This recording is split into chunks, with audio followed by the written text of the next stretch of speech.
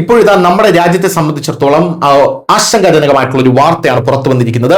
രാജ്യത്തുടനീളം വിറ്റഴിച്ച 167 മരുന്നുകളുടെ സാമ്പിളുകൾ പരാജയപ്പെട്ടിരിക്കുന്നു. ഇപ്പോൾ ഇത് ആരോഗ്യ മന്ത്രാലയം ഇപ്പോൾ മുന്നറിയിപ്പുമായി രംഗത്തെത്തിയിരിക്കുകയാണ്. ഇന്ത്യയിൽ വിൽക്കുന്ന 167 മരുന്നുകൾ ഗുണനിലവാര പരിശോധനയിൽ പരാജയപ്പെട്ടിരിക്കുകയാണെന്നുള്ളതാണ് റിപ്പോർട്ട്.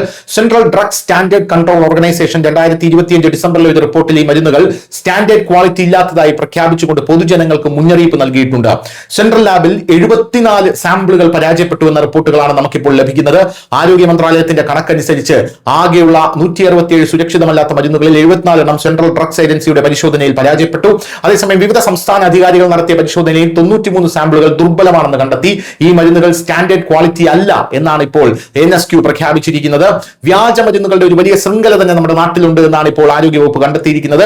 അന്വേഷണത്തിലാണ് ഗുണനിലവാരം കുറഞ്ഞവ മാത്രമല്ല ഗുരുതരമായിട്ടുള്ള വ്യാജ മരുന്നുകളുടെ ഒരു വലിയ ശൃംഖലയും വെളിച്ചത്ത് ഇപ്പോൾ പുറത്തു വന്നിരിക്കുന്നത്. ഉത്തരേന്ത്യയിലെ ഗാസിയാബാദ് ലാബിൽ നിന്ന് 4 വ്യാജ സാമ്പിളുകൾ കണ്ടെത്തിയതിനെ തുടർന്ന് ഗുജറാത്തിലെ അഹമ്മദാബാദ്, ബീഹാർ, മഹാരാഷ്ട്ര തുടങ്ങിയ സംസ്ഥാനങ്ങളിൽ നിന്ന് വ്യാജവും ഗുണനിലവാരമില്ലാത്തതുമായ മരുന്നുകളുടെ തെളിവുകൾ കണ്ടെത്തി.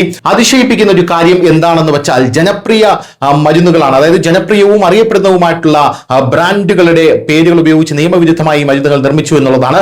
ഇത് രോഗികളുടെ ആരോഗ്യത്തെ നേരിട്ട് നശിപ്പിക്കുന്നതിന് തുല്യമാണ്. നിലവിൽ ഈ വിഷയത്തിൽ അധികാരികൾ നിയമപരമായിട്ടുള്ള അന്വേഷണം ഊർജിതമാക്കിയിട്ടുണ്ട് എന്നുള്ള റിപ്പോർട്ടുകളും ഇപ്പോൾ പുറത്തു വരികയാണ്. ഈ പതിവ് ഗുണനിലവാര പരിശോധനയാണെന്നാണ് ഇപ്പോൾ മന്ത്രാലയം വ്യക്തമാക്കിയിരിക്കുന്നത്. സാമ്പിളുകൾ എടുത്ത ബാച്ച് മാത്രമാണ് പരാജയപ്പെട്ടത്. വിപണിയിൽ ലഭ്യമായ ആ പേരിലുള്ള എല്ലാ മരുന്നുകളും മോശമാണെന്ന് ഇതിന് അർത്ഥമല്ല.